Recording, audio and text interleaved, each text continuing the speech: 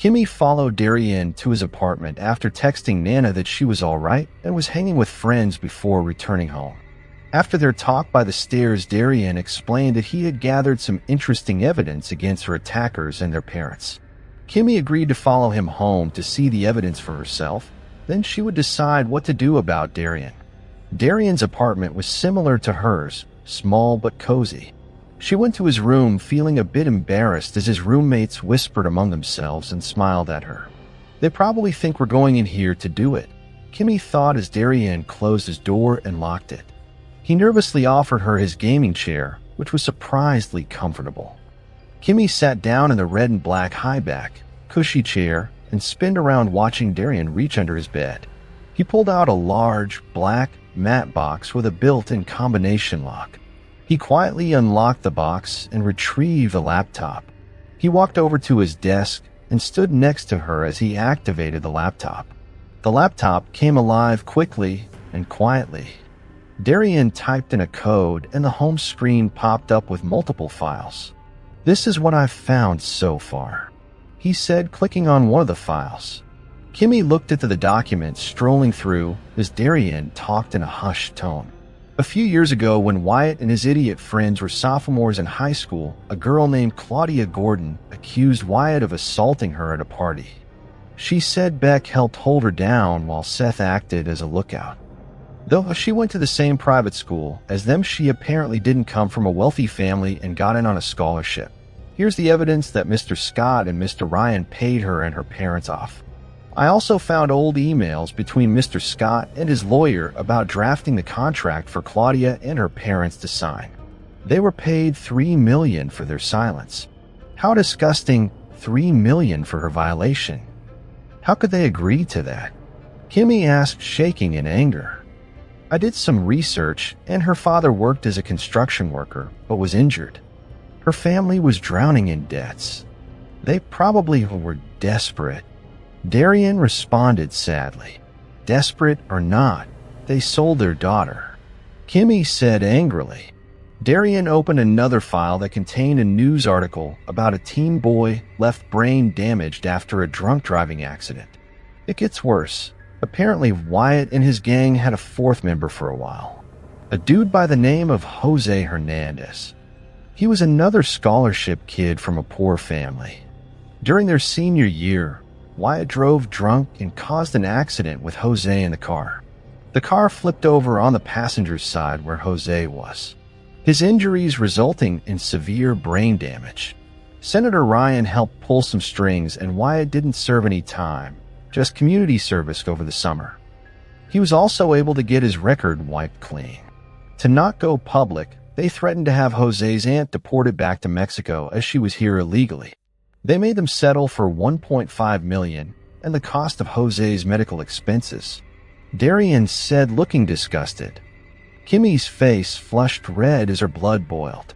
Her body shook in anger, her mouth going dry.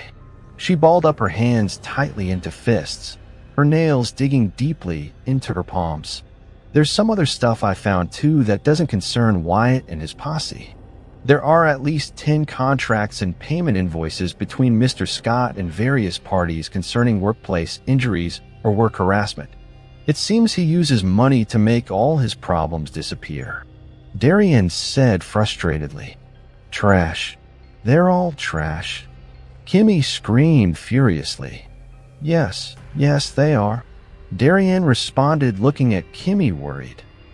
Will this be good enough to expose them, Darien?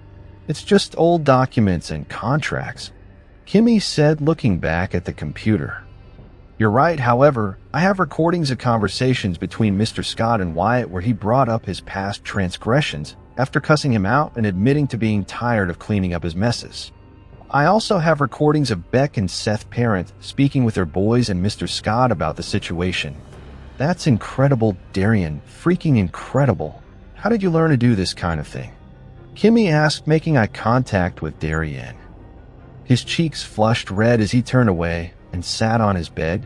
Well, it's a family occupation. I actually learned from my parents, he said proudly. What do we do next? Kimi asked, sounding lighter. Darien's heart began to race as he concentrated on the word "we" that Kimi uttered from her beautiful lips. He was nervous when confessing to her about the video, and especially his feelings, but she took it better than he had expected, and now she was saying, "we. I want to put it out there, but I don't want to implicate you. Mr. Scott might assume you had something to do with this.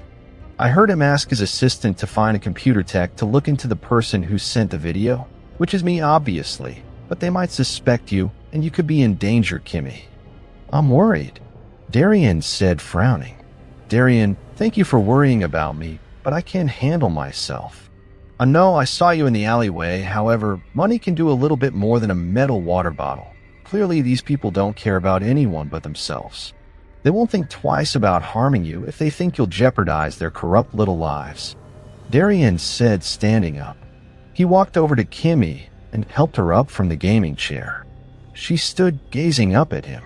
The palms of her hands stung from her nails. "I can't let anything happen to you, Kimi. I care about you too much," Darien said with tears in his eyes. Kimi's heart raced as she looked at his face. Damn, he's really into me, she thought. Against her better judgment, she hugged him. She laid her head on his chest and wrapped her arms around him. His heart was beating fast and hard. He smelled nice, like soap and like cologne. He hugged her back gently, rubbing her back with his large hands. His body was warm and comfortable. To Kimi's surprise, being in this position didn't feel too bad. She closed her eyes for a few seconds as they stayed that way, quietly holding one another. She pulled away gently and looked up at Darien's fully red face, her face matching his. "We can't let them get away with this. You know that, right? I want them destroyed, Darien. Can you help me do that?" Kimi asked softly. "Of course, I wasn't planning on letting them get away with anything. I just want to make sure you're not a target, that's all," he replied, rubbing Kimi's face gently. Suddenly, Kimi stood on the tip of her toes and kissed him on his right cheek, sending heat down his body. She sat back down flat and smiled up at him. "Thank you, Darien.